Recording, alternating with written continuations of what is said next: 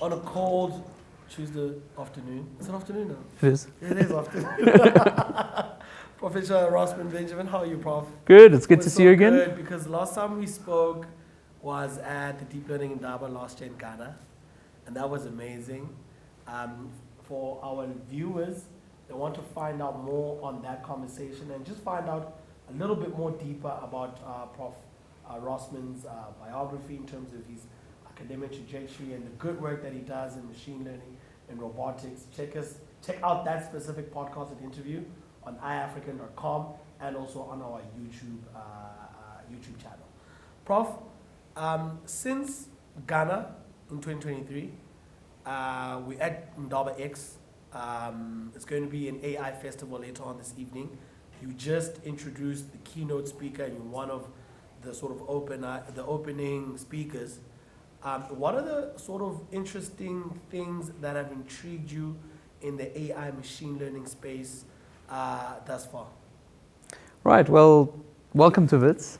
And yeah, there's a lot going on. It's a very exciting time to be in the space. And more and more people are piling in. There's new innovations coming out. And I think, what's really exciting to see is the number of new tools that are out there. That we've got all the ChatGPT type things, but it's now so much in the image space, in the video space, in music. And I think it's very cool that we've got this set of tools that anyone can go and play with, try new ideas, regardless of their background, regardless of if they have any technical knowledge, whatever industry they're in. They can say, hey, I've got an idea. I wonder if AI could help me with this. And it's been very interesting to see how people have started adapting to the way things are changing, to this idea that we've all got these little AI assistants now starting to pop up in our pockets all the time. So, Professor, you specialize in robotics and machine learning. Now, the buzzwords within the AI space has mostly been, NLPs and large language models. What's happening specifically now in the robotics and machine learning space that we might be, not looking at, or we might not be, focused on now because, the buzzwords are more, language models and so forth? That's a great question, and we're starting to see things happen there. Firstly, LLMs give us this tool to interface with people very naturally. They give us a way to think about maybe a bit of common sense knowledge, and those are useful when they're feeding into robotics. But so is all the hype, so is all the kind of extra money flowing into the space. And already in the last few months, we've started seeing a number of small robotics startups appearing with people saying, hang on, I think AI is at a point where we can do some really interesting stuff in the robotics space that's scalable and maybe ultimately for like the public consumer. And I think we're just at the beginning of that curve where I would guess over the next few years we're going to see a lot more excitement in robotics and hopefully in Africa as well, a lot more people diving into the space. Prof, I was at your robotics lab. It's super awesome. I mean, I saw all the cool stuff that you guys are working on. I want to know, so earlier on this year, the Boston Dynamics guys came to UJ early on in the year. What level are we on to get like a prototype of some sort, whether it's an arm, whether it's a dog, or I don't know, a robotics, anything, at that level of Boston Dynamics? How far are we from, a prototype of that nature or that advanced? So what's interesting in robotics is there's all these different angles to it. And I think this is something that makes it an exciting field, but also a difficult field. There's people that work on the hardware and the electronics. There's people that work on the kind of vision aspects. There's people that work on the human-robot interaction pieces. There's people that work on the kind of logic and the grasping and the maneuvering. And all these different things are interesting research projects. And we're seeing a lot of work kind of across the board here. So the kind of work we do specifically on this side is more in the AI side of it. So on the hardware side, what's exciting is that there's many players now ranging from the Boston Dynamics all the way through to, say, Unitree in China. There's more and more players that are offering really good quality equipment that's like available even if you're sitting in Africa, right? It's affordable, it's robust, you can count on it to do interesting things and not break, which it's taken a while to get to this point, but that opens the door for a lot of us to then be able to focus our attention on things like solving interesting problems with the robot, or getting it to learn new behaviors, or getting it to interact with people in different kinds of ways. And I think with what's been happening in the hardware space, it's getting to the point where kind of anyone doing research can jump into it. And this is a bit of a game changer, because up until a couple of years ago, if you wanted to be in the robotics space, you had to build something yourself or fork out a huge amount of money to get something imported and so on. But now we're starting to see all these changes, and I think that's what's exciting. So, with the work being done here and at many other universities, we're seeing it looking more and more like those sci-fi type robotics applications that we've always dreamed about. So, Prof, if I'm hearing you well, to have like a humanoid, right? You have the hardware stuff, which is like, the skeleton and the components that actually put together this robot.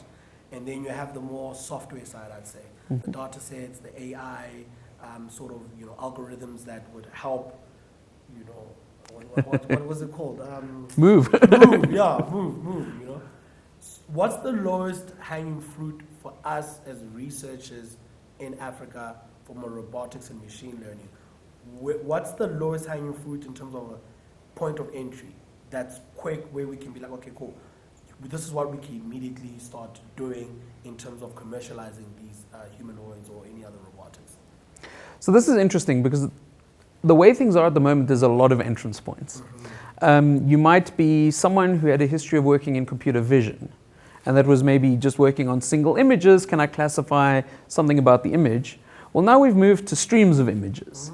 And so, where before you might have said, well, there's the person, now there's a problem of, can I track the person moving? And that would be useful if I want to follow the person, or I want to interact with the person. So there's vision aspects. There's then the whole language aspect. You want to now communicate with these people. What should you say? How should you communicate? We've got all the whole African language aspect that comes in there. If you've been interested, as my group works in kind of decision making, that's an obvious thing to do on a robot. How do you get it to decide where to move, how to pick up certain objects or hand them over, and that sort of thing. So I think there's a lot of access points from the technical side, and then there's also a lot of these kind of access points from applications. And this is what I'm excited to see over the next few years, is where people make these connections. How are we going to start deploying lightweight robots into SMMEs, into agriculture, into all these kinds of industries that can just maybe streamline certain processes,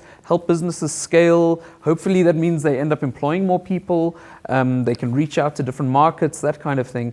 I think this is very cool, because we're now at the point in robotics where machine learning was maybe a decade ago, where these kind of widely accessible tools were just starting to come out, and people could start trying out new ideas quite easily without having to build the entire infrastructure stack from like the bottom up.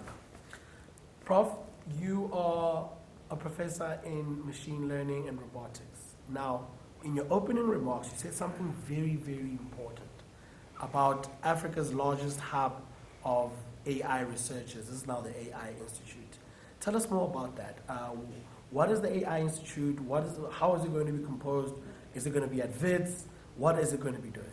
Okay, so we've got this huge collection of researchers here at Wits, mainly sitting in computer science and applied maths, but branching out to other departments. We've got a number of big research labs. We have many hundreds of postgraduate students now doing research in AI. And I think there's a few interesting aspects there to pay attention to. The whole African AI ecosystem has changed a lot over the last few years. I mean, it's really flourishing at the moment. But I think that there's some gaps. And the most notable gap is we need to be focusing more, not as the whole community, but some aspects of the community. We need to put more effort into thinking about fundamental questions. And what I mean there is that, there's a lot of interesting African problems that we should be solving. There's a lot of non-interesting African problems we should be solving as well. And that's really critical, but we should also be innovating on the technology here. I don't like this idea that Africa is just consuming techniques that are built in other places, right?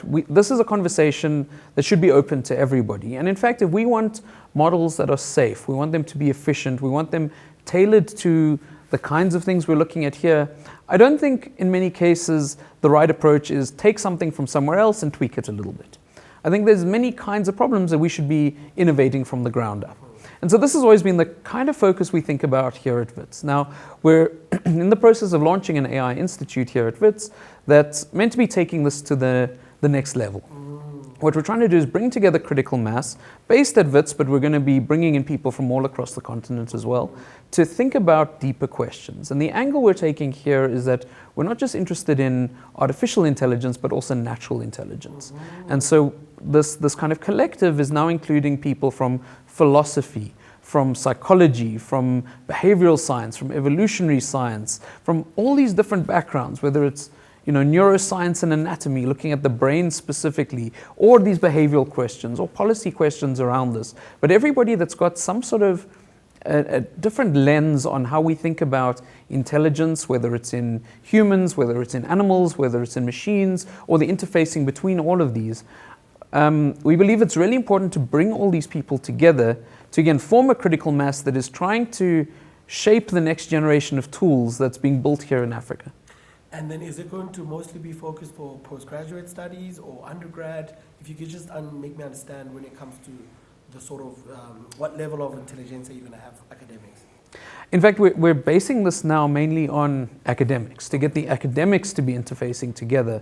But that just forms the core. Then there's all the students that are working with those academics. There's, hopefully we'll be connecting up to things like the Wits Innovation Center, which is what's driving a lot of our innovation pipelines and startups and that sort of thing. And then tying up to other things like industry, other universities as well. I would love to see over the next few years a few of these kinds of hubs developing in different parts of Africa that are really trying to contribute meaningfully to the kind of more fundamental, foundational questions in the field. Prof, we've got a new government of national unity. We've just announced a Minister of Education.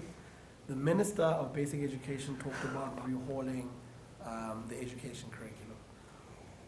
In your advice, specifically I think when it comes to mathematics and science, what would you like to see more happening from a basic education in regards to maths and science that would enable the beautiful work at a high education level in terms of AI, robotics, and machine learning? What would make your life easier as academics in terms of the throughput of, from basic education to higher education?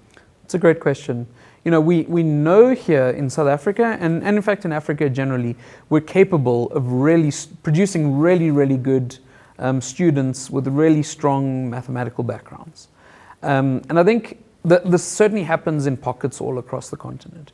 Now what we need to do is scale that, because we're also very aware that this is not happening in many other places. And I think we need to critically look at why that's the case, what's happening. Is there something wrong with the way we're administrating everything? Is there something wrong with the way we're training people? But very likely we're not giving a lot of teachers enough support to do their jobs properly. I think building strong foundations is so critical, because that opens doors for students later on in life, right? It doesn't matter what they want to do, but they should be able to be driven by their passion rather than, oh, I'm terrible at something, so those doors are closed to me. And I feel working in the space that every student's got the potential to excel at something like mathematics. Typically what we find is when they don't, in many cases it's because they're maybe not interested, and that's typically because they've never been shown why they should be interested. Everybody is capable of these things if they're motivated in the right way, if it connects up to something else they're passionate about. And I think in many cases, because of a variety of reasons, from the pressures put on teachers to the way certain things are rushed, to, again, the kind of quality of support many teachers receive, I think students aren't able to connect with the concepts being taught to them at a more fundamental level. They're just shown things and told you need to know this to pass a test or something. And even hopefully using some sort of AI tools, I wouldn't go crazy and just dump it all over the place, but I think there's ways that we could be strategic about how to support teachers so they can spend that little bit of time, rather than doing maybe some of the mundane things, to actually engage with students and help them find their passion. Right, we know this is possible. We need more investment into this space. We really need to double down on how important education is. Right, this is the cornerstone of everything. Right, if you want to succeed in things, you need those tools. You need these kind of. You need to be equipped to handle whatever life's going to throw at you. To be able to come up with crazy ideas and push them to crazy places. right? This is what we've got to equip our students with. And I think like we should be able to do this. We know we can do it. What we don't know how to do is scale it. Prof, as always, lovely conversation, wealth of knowledge. Later on, we're having the AI Fest. What are you looking forward to? I'm very excited to see what all these students have been doing, these bright eyes, and I mean, already getting a taste for some of the amazing work going on, but it should be really a treat. Yeah. Thank you so much. Thank you This so is much, always Prof. so much fun. Yeah. Thank you.